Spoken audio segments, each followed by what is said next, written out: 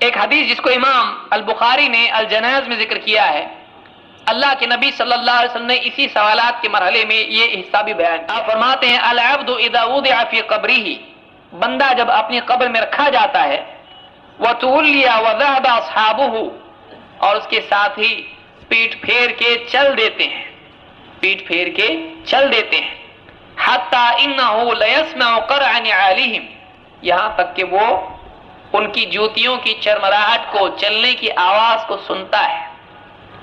اتاہ ملکان فاقعداہ فیقولان لہ، دو فرشتے آتے ہیں، اس کو اٹھا کے بٹھا دیتے ہیں، اور یہ سب غیبی معاملہ ہم کو دکھائی نہیں دیتا ہے۔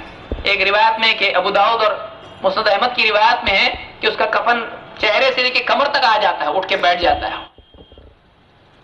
اس کو اٹھا کے بٹھا دیتے ہیں فرشتے، اور اس سے پوچھتے ہیں ما كنت تقول في هذا الرجل محمد۔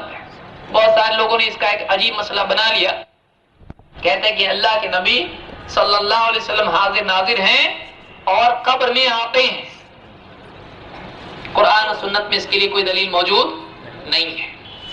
کچھ لوگ کہتے ہیں کہ اللہ کے نبی صلی اللہ علیہ وسلم کی شبیہ دکھائی جاتی ہے، دلیل کیا ہے؟ وہی روایت جو میں نے پہلے پڑھی کہ ما كنت تقول في هذا الرجل، اس شخص کے بارے میں تیرا کیا کہنا ہے؟ وہ کہتے ہیں کہ ہاذا اس میں اشارہ ہے کہ کسی کی چیز کے بارے میں کہتے ہیں اس کے بارے میں آپ کا کیا کہنا ہے، تو سننے والا دیکھے گا کیا دکھا رہے ہیں، تو کہتے ہیں اس کے بارے میں تمہارا کیا کہنا ہے، اس شخص کے بارے میں تمہارا کیا کہنا ہے، تو کہتے ہیں ہو سکتا ہے اللہ کے نبی صلی اللہ علیہ وسلم قبر میں آتے ہوں گے، اور اس اعتبار سے کہتے ہیں جب کسی ہر ایک کی قبر میں آتے ہیں تو کتنے کہیں بھی جا سکتے ہیں، نعوذ باللہ، یہ عقیدہ قرآن و سنت میں کہیں بھی نہیں ہے۔ اللہ کے نبی صلی اللہ علیہ وسلم نے کسی حدیث میں نہیں کہا کہ میں کسی کی قبر میں جاتا ہوں۔ بخاری کی حدیث سے اس مغالطے کا بھی ازالہ ہو جاتا ہے، کیونکہ بخاری کی روایت میں ہے کہ فرشتے پوچھتے ہیں ما كنت تقول في هذا الرجل محمد، ان صاحب محمد صاحب کے بارے میں تمہارا کیا کہنا ہے، اس شخص کے بارے میں محمد، ان کے بارے میں تمہارا کیا ہے؟ تو نام لے کے اس سے کہا جاتا ہے، یہ نہیں کہ آپ کو دکھایا جاتا ہے، تو یہ اشارہ ذہنی ہوتا ہے، نگاہ کے اعتبار سے نہیں ہوتا ہے۔ اس سوال کے جواب میں وہ کہتا ہے فیقول اشہد انہ عبد اللہ ورسولہ، وہ جواب میں کہتا میں گواہی دیتا ہوں کہ محمد صلی اللہ علیہ وسلم اللہ کے بندے اور آپ اللہ کے رسول ہیں۔ فیقال، اس سے کہا جاتا ہے انظر الی مقعدک من النار، یہ دیکھ تیرا جہنم کا گھر دیکھ، قبر میں یہ ہے، اور جواب دے دیا اس نے۔ اب اس کے بعد اسے کہا جاتا ہے وہ دیکھتا ہے تیرا جہنم کا، اس کو گھر دکھایا جاتا ہے جہنم کا کہ تیرا جہنم کا گھر ہے، جواب دے دیا ہے، کیوں دکھایا جا رہا ہے؟ کہتے ہیں کہ دیکھ تیرا جہنم کا گھر، ابدلک اللہ بہ مقعدا من الجنۃ، کہ اللہ نے اس کے بدلے میں تجھ کو جنت کا گھر دیا ہے۔ قبر ہی میں اس کو جنت اور جہنم کا دونوں کا معاملہ بتایا جاتا، دیکھ اگر برا عمل کر کے آتا جہنم میں جاتا، لیکن چونکہ تو صحیح عمل کر کے آیا ہے، جواب بھی دے دیا تو نے، اللہ نے اس کے بدلے دیکھ کتنا اچھا گھر تیرے لیے رکھا ہے۔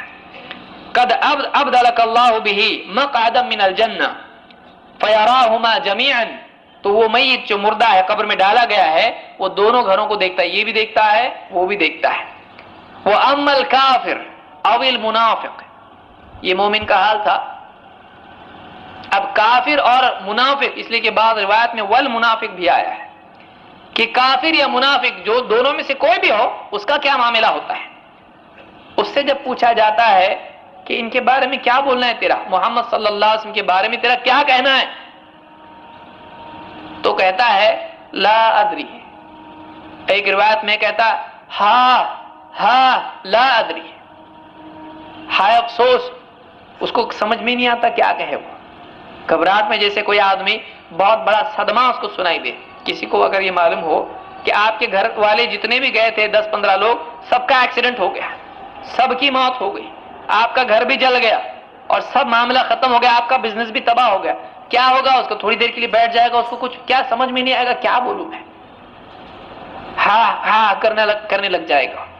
جب اس سے کہا جاتا ہے ان کے بارے میں تیرا کیا کہنا ہے، محمد صلی اللہ علیہ وسلم کے بارے میں کیا بولتا ہے، کیا کہنا ہے تیرا؟ وہ کہے گا لا ادری، لا ادری، نہیں جانتا میں نہیں جانتا. کنت اقول ما یقول الناس، یہ منافق ہے.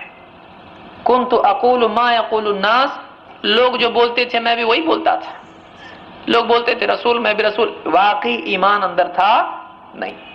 یا کافر ہے، لوگ بولتے تھے جھوٹا انسان ہے، نعوذ باللہ، یہ رسول نہیں ہے. جیسے عرب کے اس دور میں اللہ کے نبی صلی اللہ علیہ وسلم کے بارے میں لوگ بولتے تھے مجنون ہے، نعوذ باللہ، یا شاعر ہے، کاہن ہے. لوگ جو بولتے تھے میں بھی وہی بولتا تھا، میں بھی شاعر، میں بھی مجنون کہتا تھا. ولا تلیتا، اور تیرے بس میں کہاں تھا، تیری فیلڈ ہی الگ تھی، تو نہیں کر پایا، تو نے کوشش بھی نہیں کی. جہادہ کے معنی میں بھی آتا ہے، نہ تو نے سمجھا نہ سمجھنے کی کوشش کی.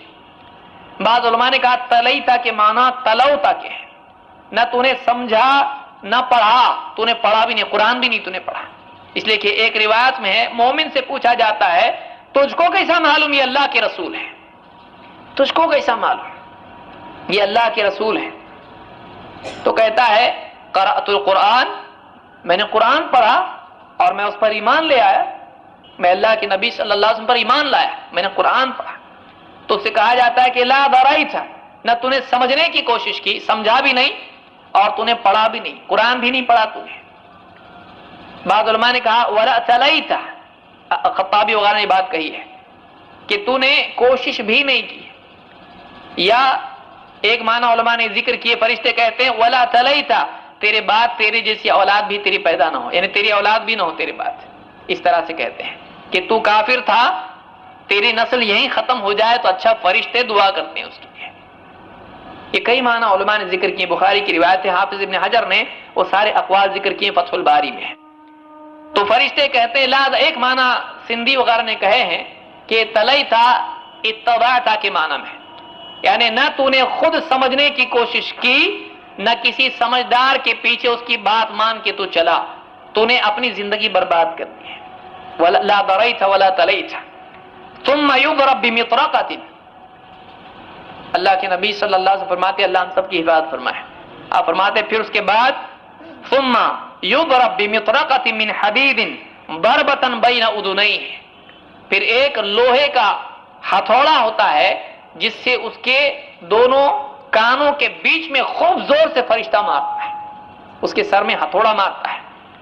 فیصیح صیحۃ یسمعها من یلیہ، ایسا زور سے چیختا ہے کہ آس پاس کے سب جتنے بھی ہوتے ہیں، جو بھی ہوتا ہے اس کو سنتا ہے، الا الثقلین، سوائے دو مخلوقات کے. سارے جانور اس کو سنتے ہیں، سب سنتے ہیں، ساری مخلوقات اس کے چلانے کی آواز کو سنتی ہے، سوائے دو کے، جنات اور انسان. ان کو سننے نہیں آتا ہے، لیکن جانوروں کو بھی سنائی دیتا ہے.